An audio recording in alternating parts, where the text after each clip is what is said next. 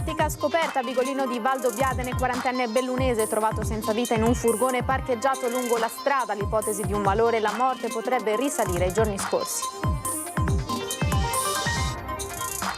Malori legati alla pesante ondata di calore che sta colpendo la regione. Nei pronto soccorso dell'ULSS 2, 20 accessi in più al giorno e raffica di chiamate al 118, colonnina di mercurio anche oltre i 35 gradi.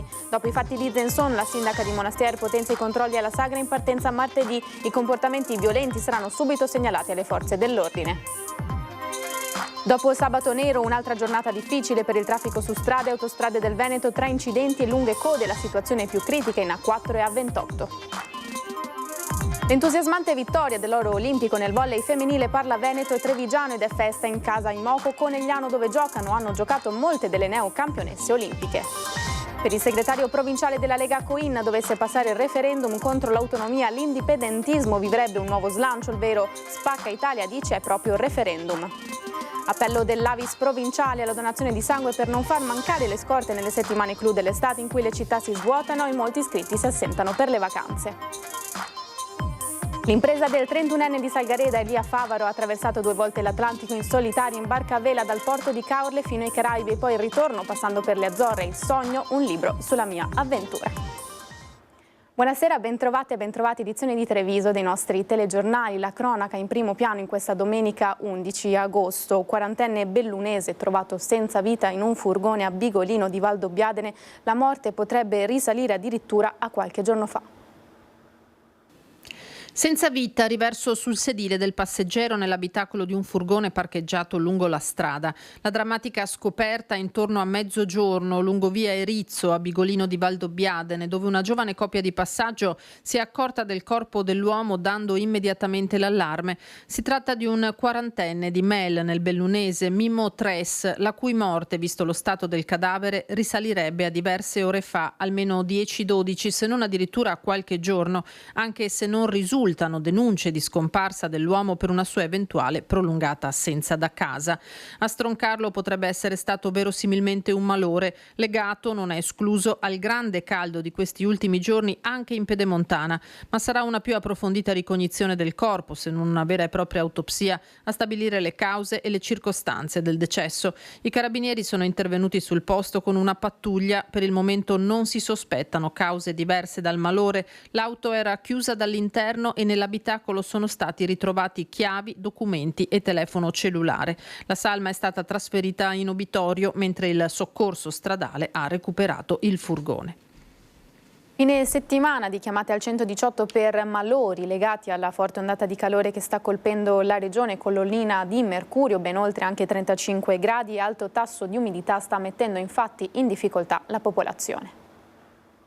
Mediamente in un pronto soccorso come Treviso, che ha 100.000 accessi all'anno, 110 insomma vabbè, abbiamo una quindicina, una ventina al giorno di ingressi legati a questa situazione. Fine settimana di continue chiamate al pronto soccorso per svenimenti e malori legati al caldo alla vigilia di una settimana che si annuncia la più rovente dell'estate con temperature prossime ai 40 gradi. Disidratazioni, sincopi, malori e perdite di coscienza improvvise le principali cause che portano le persone a chiamare il 118. L'avvertenza è sempre quella di non sottovalutare mai i sintomi preoccupanti che possono essere anche pericolosi. Confusione mentale, incapacità o difficoltà a esprimersi bene, l'evenienza di stato confusionale, temperatura sopra i 40, bisogna assolutamente rivolgersi al PS perché si può sospettare appunto un colpo di calore. Colpo di calore che può portare a convulsioni, in alcuni casi anche alla morte. È importante per questo osservare le solite raccomandazioni rivolte soprattutto a bambini e anziani. Non uscire nelle ore più calde della giornata, bere almeno 2 litri d'acqua al giorno e mangiare più frutta e verdura per reintegrare i sali minerali persi con il sudore. Un sistema insomma che permetta di in qualche modo fare asciugare il sudore, che è un meccanismo naturale che toglie temperatura, quindi l'evaporazione del sudore dalla pelle riduce la temperatura corporale. È chiaro che, come dicevamo prima, bisogna monitorare. Il metodo semplice, guardate, è quello di guardare l'urina. Se l'urina è gialla oro, gialla scuro, non va bene, bisogna che l'urina sia il più bianca possibile, quindi vuol dire che stiamo bevendo abbastanza. Ad aumentare la presenza di accessi al pronto soccorso in quest'estate rovente anche la presenza massiccia di virosi che solitamente non si verifica con l'incidenza di quest'anno nei periodi estivi. abbiamo una serie di malattie infettive che normalmente in estate sono più rare, che però stanno riprendendo vigore, influenze, Covid eccetera, perché gli anni di isolamento, gli anni di lockdown hanno portato a una relativa riduzione dell'immunità, diciamo, delle persone. Dopo i fatti di Zenzon, ve ne abbiamo dato conto in questi giorni con il nostro Cristian Arboit, la sindaca di Monastier Paola Moro annuncia il potenziamento dei controlli in occasione dell'imminente partenza della sagra paesana. Non sarà tollerato, dice, nessun comportamento violento o irrispettoso, scatteranno segnalazioni alle forze dell'ordine. In occasione dell'apertura prossima della sagra di Monastier ho allertato e informato gli organizzatori e quindi anche i volontari di segnalare alle forze dell'ordine qualsiasi episodio anche di particolare maleducazione. È perentoria la sindaca Paola Moro che, alla luce dei fatti di Zenzon, dove delle ragazzine sono state brutalmente aggredite insieme al padre di una di queste solo per avere in cambio del denaro, ha deciso di potenziare i controlli e allertare tutti i volontari che da settimane lavorano all'organizzazione della tradizionale sagra dell'Assunta. A loro il compito di vigilare e segnalare alle forze dell'ordine ogni comportamento scorretto. Dare un segnale a queste bande di ragazzi che le forze dell'ordine ci sono, le istituzioni ci sono e non tolleriamo simili comportamenti. Sicuramente dopo i fatti che sono avvenuti siamo un po' più preoccupati, ci stiamo attivando per trovare delle soluzioni adeguate a questi problemi. Sicuramente vigileremo, metteremo del personale addetto alla sicurezza e al monitoraggio anche degli spazi esterni durante la sagra, durante l'evento, ma anche prima e dopo dello stesso, quindi anche probabilmente anche di notte. Fatti quelli di Zenzon che preoccupano non poco anche la cittadinanza. È giusto vigilare, sì, e anche farli capire cosa è giusto e cosa è sbagliato. Non è possibile che dei ragazzini siano arrivati a questo. Molto probabilmente non ci sono i genitori dietro a questi ragazzi. Sorvegliare sì, però il primo deve partire dalla famiglia, la prima sorveglianza. Al lavoro tra tavoli, banconi, panche e giostre più di 150 volontari tra giovanissimi e meno giovani che si stanno dando da fare per rendere la piazza di Monastier un luogo accogliente. Tra loro la preoccupazione che un punto di ritrovo come la sagra possa diventare terreno fertile per aggregazioni di gruppetti poco inclini al rispetto degli altri e delle regole.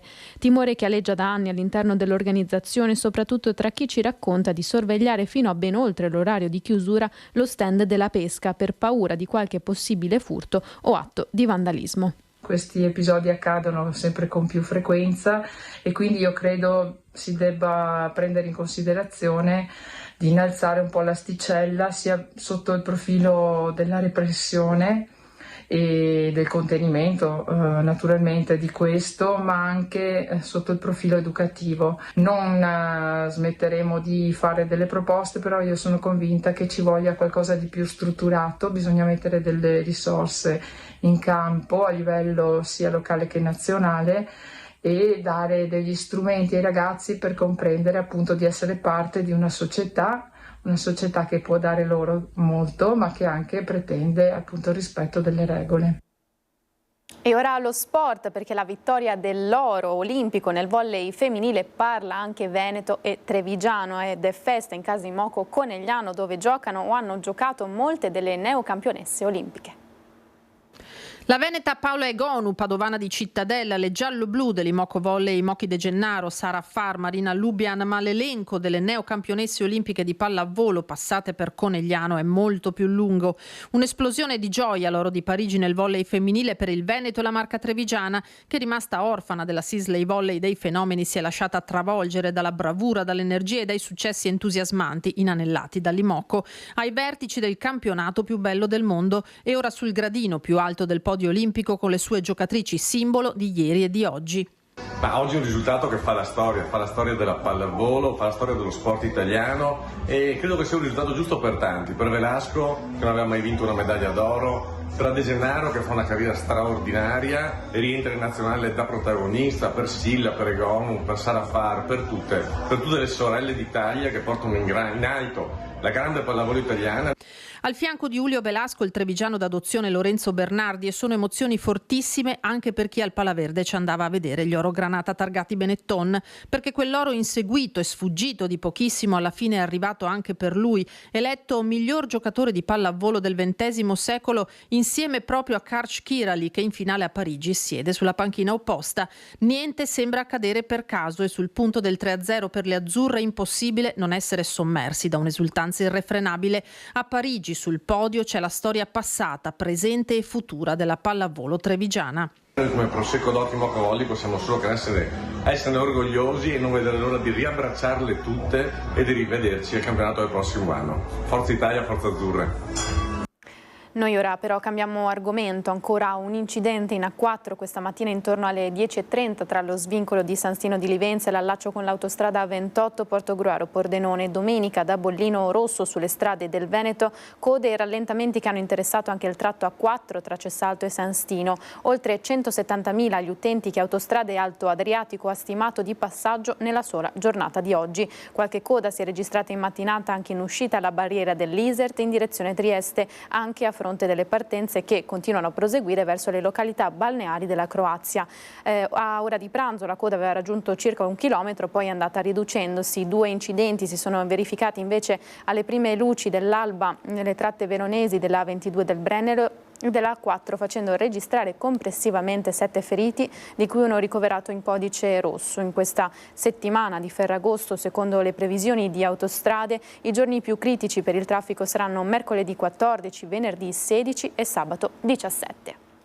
Continuiamo a parlare di strade a Vittorio Veneto. Al via dal 19 agosto i lavori per la realizzazione di un bypass provvisorio per le auto nella zona delle Perdonanze, franata ad aprile a causa delle forti piogge. Decine di persone isolate da 4 mesi e mezzo.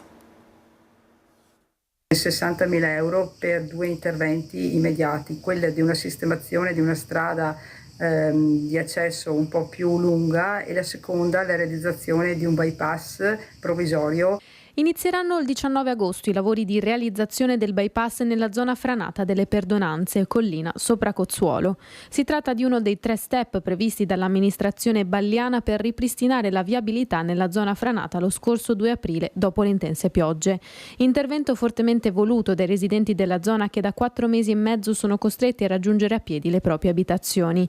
Bypass che sarà realizzato grazie allo stanziamento di 30.000 euro che si aggiungeranno ai 25.000 previsti per il ripristino del sedime stradale di via San Mor, attualmente unica strada per raggiungere le abitazioni più isolate. Seguirà poi un ultimo step che prevederà l'installazione di micropali nel tratto stradale. Un intervento definitivo che verrà realizzato il prossimo anno con il contributo della Regione Veneto di 350.000 euro per la messa in sicurezza definitiva della strada. Poco dopo la mezzanotte e mezzo a Carità di Villorba, lungo la Ponte Bana, l'auto condotta da un 39enne alla guida di una Dacia con a bordo il figlio mentre percorreva quel tratto in direzione Treviso per cause ancora in corso di accertamento è uscita di strada autonomamente schiantandosi contro un muretto con la recinzione metallica di un'abitazione e terminando la corsa nel fossato ribaltandosi. Sul posto i carabinieri della compagnia di Treviso, vigili del fuoco e SUEM 118 che hanno trasportato i feriti al pronto soccorso dell'ospedale Cafoncello con traumi di media gravità.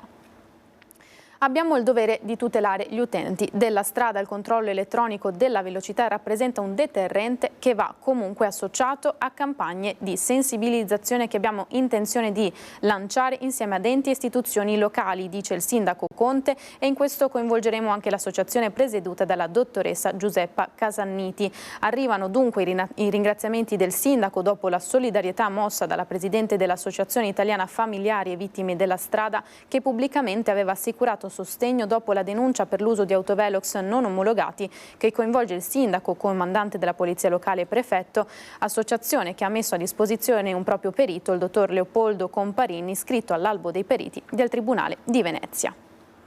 E E anche in queste calde settimane d'agosto quindi non accenna a placarsi la polemica sull'uso e l'abuso degli autovelox. Nati per garantire la sicurezza su strada, sono stati adottati dai comuni come soluzione alla cronica mancanza negli organici delle polizie locali.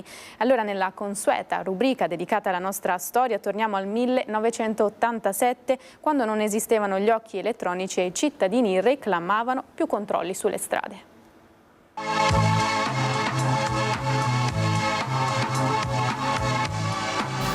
In questo tratto della Pontebana, alle porte di Spresiano, nella notte tra sabato e domenica scorsi, sono state investite ed uccise da un'auto 2 anziane signore che attraversavano, pare, sulle strisce pedonali. La tragedia a Spresiano, e non solo lì, ha destato sgomento e acceso anche più di una polemica. Il pomeriggio dei funerali delle 2 vittime, il microfono aveva potuto raccogliere lo sfogo della gente che, pur in assoluta buona fede, accusava tra l'altro i vigili urbani di scarsa presenza sulle strade. Il problema indubbiamente è reale, ma è assai più vasto di quanto si possa pensare, ed oggi ne abbiamo parlato con 3 vigili urbani impegnati a vario livello nella loro associazione di categoria. Il problema è più vasto, è un problema nazionale. Qual è in breve? Dunque, questi fatti di cronaca purtroppo successi nel nostro caso nella Marca Trevigiana, ma che normalmente succedono tutti i giorni in tutte le strade d'Italia, ripropongono questo problema della presenza degli operatori di polizia municipale, in modo particolare nei centri abitati, per quella che dovrebbe essere quantomeno una prevenzione di questi fatti. Ecco, purtroppo questo non si verifica e l'opinione pubblica e il cittadino ha effettivamente ragione nel denunciare questa carenza e questa mancanza di questi operatori sul posto. Però non è a nostro giudizio addebitabile agli operatori questa carenza, ma la responsabilità va riscontrata in altre dimensioni. Alcuni comuni, sia nella Marca che in Italia, continua Zorzi, sono addirittura privi della polizia municipale. In molti altri, soprattutto medio-piccoli, si va da 1 a 3 guardie municipali. Troppo poco. Ecco, effettivamente quei comuni che hanno, diciamo, la fortuna, per modo di dire, di avere quei 2 o 3 addetti, effettivamente li impiegano in modo inopportuno. Succede che vengono impiegati normalmente 2 o 3 volte alla settimana per recarsi come collegamento presso, per esempio, Treviso, per recarsi uffici pubblici, prefettura, cassa di risparmio, ufficio registro e via discorrendo, per cui vengono impiegati in pratica in qualità di fattorini. Poi quel po' di tempo che rimane devono smaltire tutta quella mole di notifiche, perché sono anche messi notificatori e messi di conciliazione, e andiamo sulle 2 o 3 mila notifiche circa, non solo per conto del comune, ma per conto normalmente anche dell'ufficio registro, ufficio IVA, che manda queste notifiche ai cittadini, che poi si ha l'obbligo appunto attraverso il messo notificatore, che poi si identifica nel vigile urbano, e quindi ovviamente quel personale è usato in modo improprio, e naturalmente chi poi ne fa le spese è il cittadino, che dovrebbe avere quel minimo di tranquillità. Così come stanno le cose, appare dunque ingiusto addossare alla polizia municipale responsabilità per disfunzioni che ci sono, ma evidentemente non sono addebitabili ai vigili. Adesso la loro associazione ha deciso di affrontare seriamente il problema, chiedendo innanzitutto la disponibilità dei sindaci nell'affrontare l'argomento, ma non escludendo, in caso contrario, la possibilità di ricorrere alla magistratura. Politica ora dovesse passare il referendum abrogativo della nuova legge sull'autonomia, l'indipendentismo avrebbe un nuovo slancio. Ne è convinto il segretario provinciale della Lega Dimitri Coin, ospite oggi in prima edizione di Lina Paronetto. Il vero spacca Italia, ha detto, è proprio il referendum. È anche stimolante e stuzzicante questo aspetto delle firme per il referendum. Il percorso sull'autonomia è un percorso che è partito da distante, che è partito, devo dire ed essere sincero, da una raccolta firme che fanno i movimenti indipendentisti, in particolare Indipendenza Veneta, per il raccolta di firme per portare un referendum sull'indipendenza del Veneto. La Regione poi ha preso in mano questa situazione, è stato deciso che il referendum, che poteva poteva essere celebrato era quello sull'autonomia. È stata fatta finalmente la legge sull'autonomia e ora si sta andando a spiegare ai cittadini. Per quanto riguarda la raccolta firme del referendum, dico che è una cosa abbastanza stuzzicante, perché intanto voglio vedere se effettivamente viene dichiarato ammissibile, perché comunque è un collegato alla finanziaria e storicamente i collegati alla finanziaria non sono mai stati oggetto di referendum. Però poi radicalizzerà le posizioni, perché creerà le tifoserie tra chi è a favore dell'autonomia e chi è contro l'autonomia, e questo aprirà uno spazio enorme, in particolare in Veneto e nel nord-est, per tutti quei movimenti indipendentisti. Lo Spacca Italia sarà il referendum. Se dovesse essere approvato e passare l'abrogazione della legge sull'autonomia, io sono convinto che tutti quelli che sono i movimenti indipendentisti in Veneto ritroveranno forza. Ci fermiamo qualche istante di pubblicità, tra poco.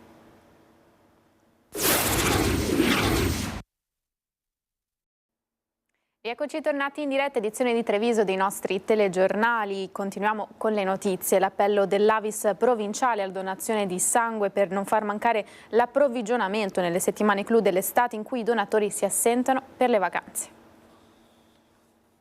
La sacca che io oggi vado a donare potrà entrare nel circolo della disponibilità, diciamo, per quanto riguarda l'ULSS circa 15 giorni dopo, quindi diciamo che fino a metà settembre saremo in queste condizioni, non dico di emergenza, ma di attenzione particolare per quanto riguarda appunto la disponibilità.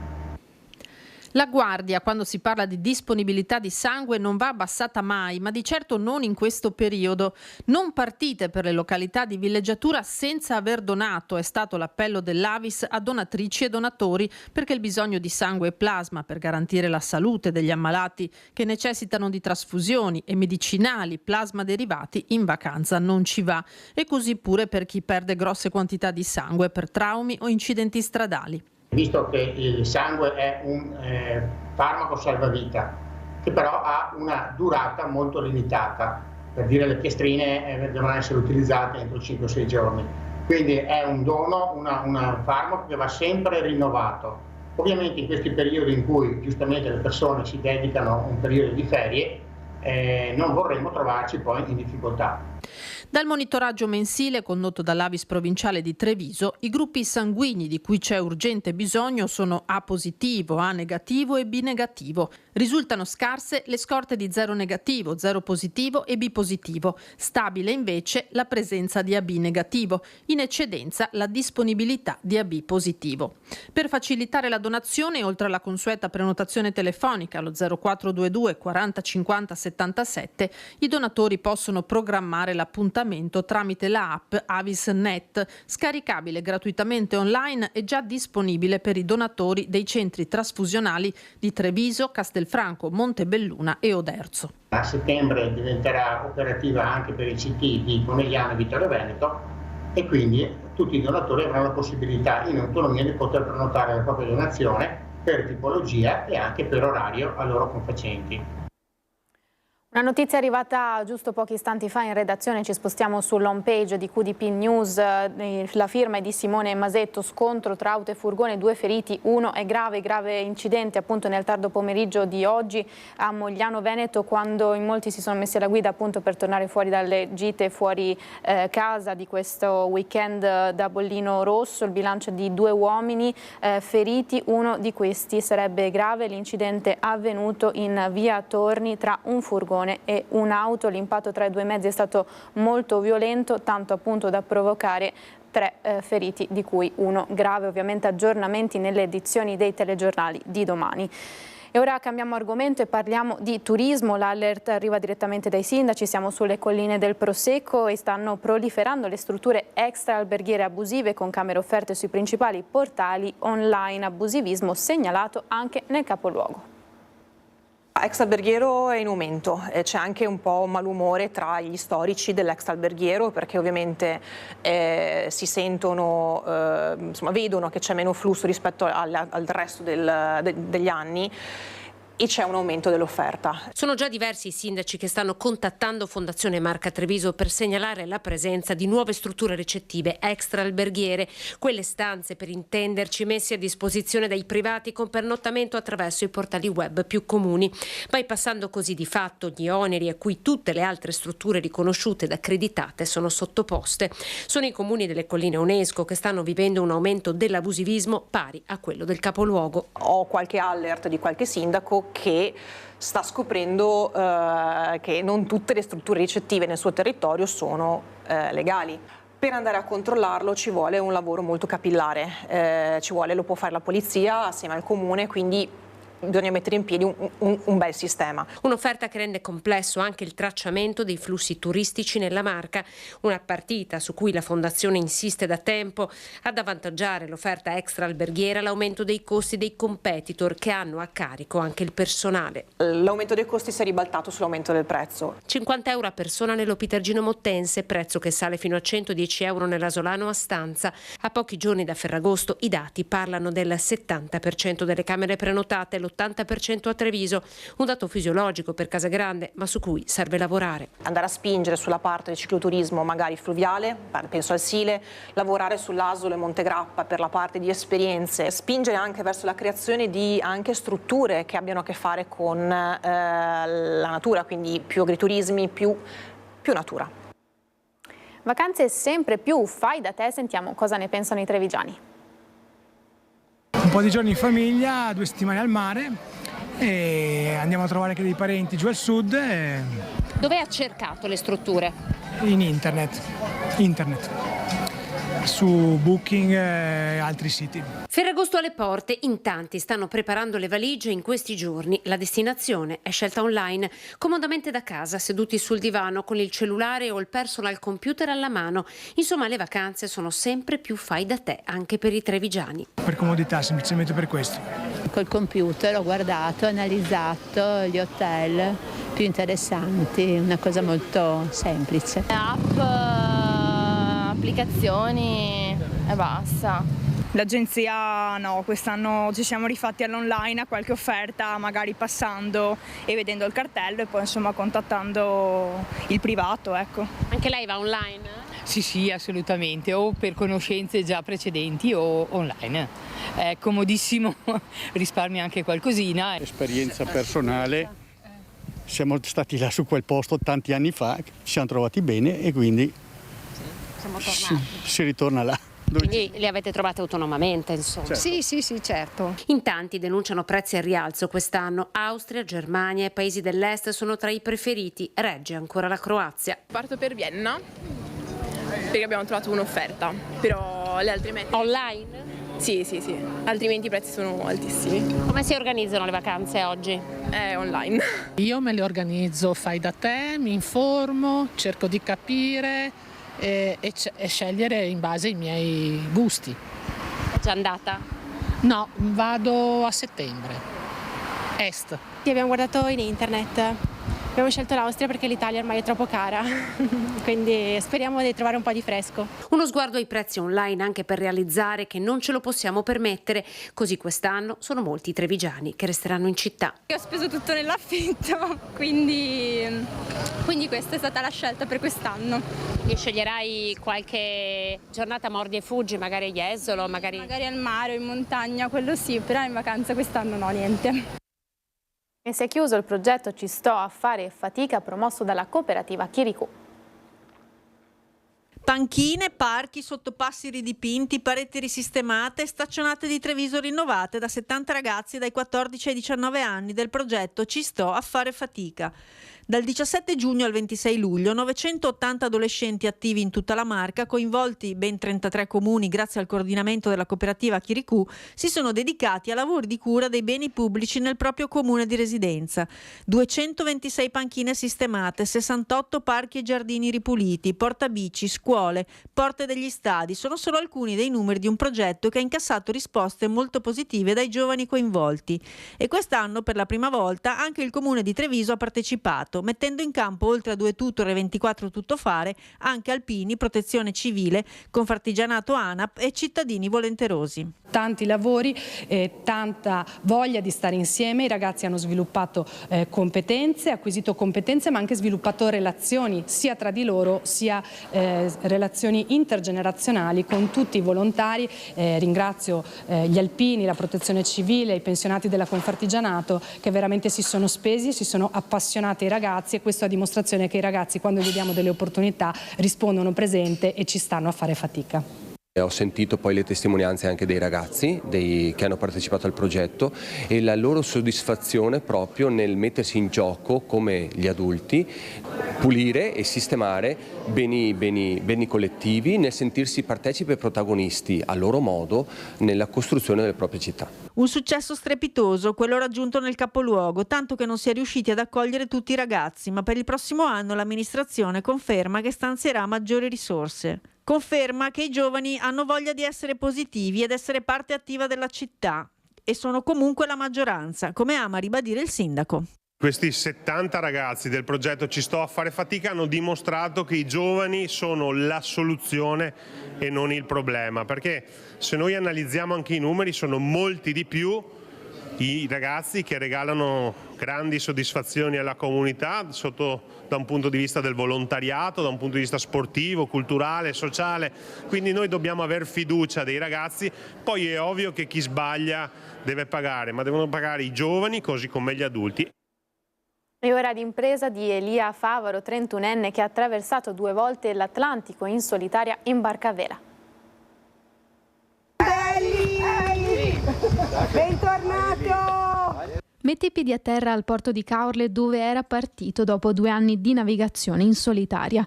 Elia Favaro, 31 anni di Salgareda, ha superato la sfida: attraversare l'Atlantico andata e ritorno a bordo della sua fedele Coconut, barca a vela da 10 metri. L'idea era quella di attraversare l'Atlantico, essendo che non è così facile, ho pensato parto e vedo dove arrivo. E sono arrivato abbastanza distante. 2 anni di viaggio. La barca l'ho comprata nel 2021 e dopo ho praticamente passato 1 anno a risistemarla, a prepararla per l'avventura. E nel 2022 sono partito, ho attraversato il Mediterraneo passando per Grecia, Sicilia, Sardegna, Baleari. Una passione ereditata dal padre, alimentata dai libri scritti da grandi navigatori che nel tempo hanno intrapreso viaggi eroici. Una traversata fatta da più di 20 giorni senza connessione, da solo in mezzo all'oceano, 17 ore al giorno al timone. Impresa che ha fatto toccare a Elia gli oltre 25.000 chilometri percorsi. Una solitudine che è stata una scelta. Un po' per la sfida, perché farlo in gruppo un po' è difficile per condividere gli spazi a bordo di una barca piccola e quindi secondo me era più semplice gestire solamente me stesso e un po' proprio per l'idea di sfida, di dire riesco a attraversare un oceano da solo. Ma hai avuto paura però? Paura non ne ho mai avuta, ho sempre avuto molta fiducia nella barca, quindi sapevo che nonostante le condizioni meteo avverse, tempeste, temporali, onde di 5-6 metri, ero al sicuro.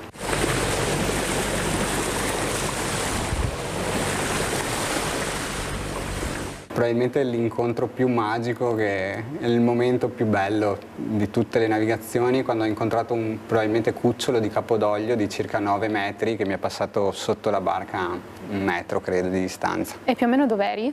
Ero perfettamente a metà Oceano Atlantico, a metà strada tra i Caraibi e le Azzorre, a circa 1300 miglia da terra, quindi 2500 chilometri da terra in mezzo al nulla.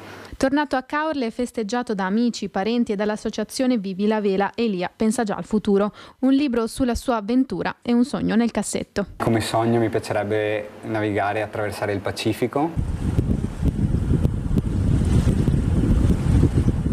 Prima di chiudere vi diamo degli aggiornamenti sull'incidente di cui vi abbiamo parlato poco fa, Mogliano Veneto ad avere la peggio. Vi avevamo detto un'auto e un furgone, uno scontro che ha causato 3 feriti, di cui 1 grave. Il più grave sarebbe appunto un 79enne residente nella vicina Marconna.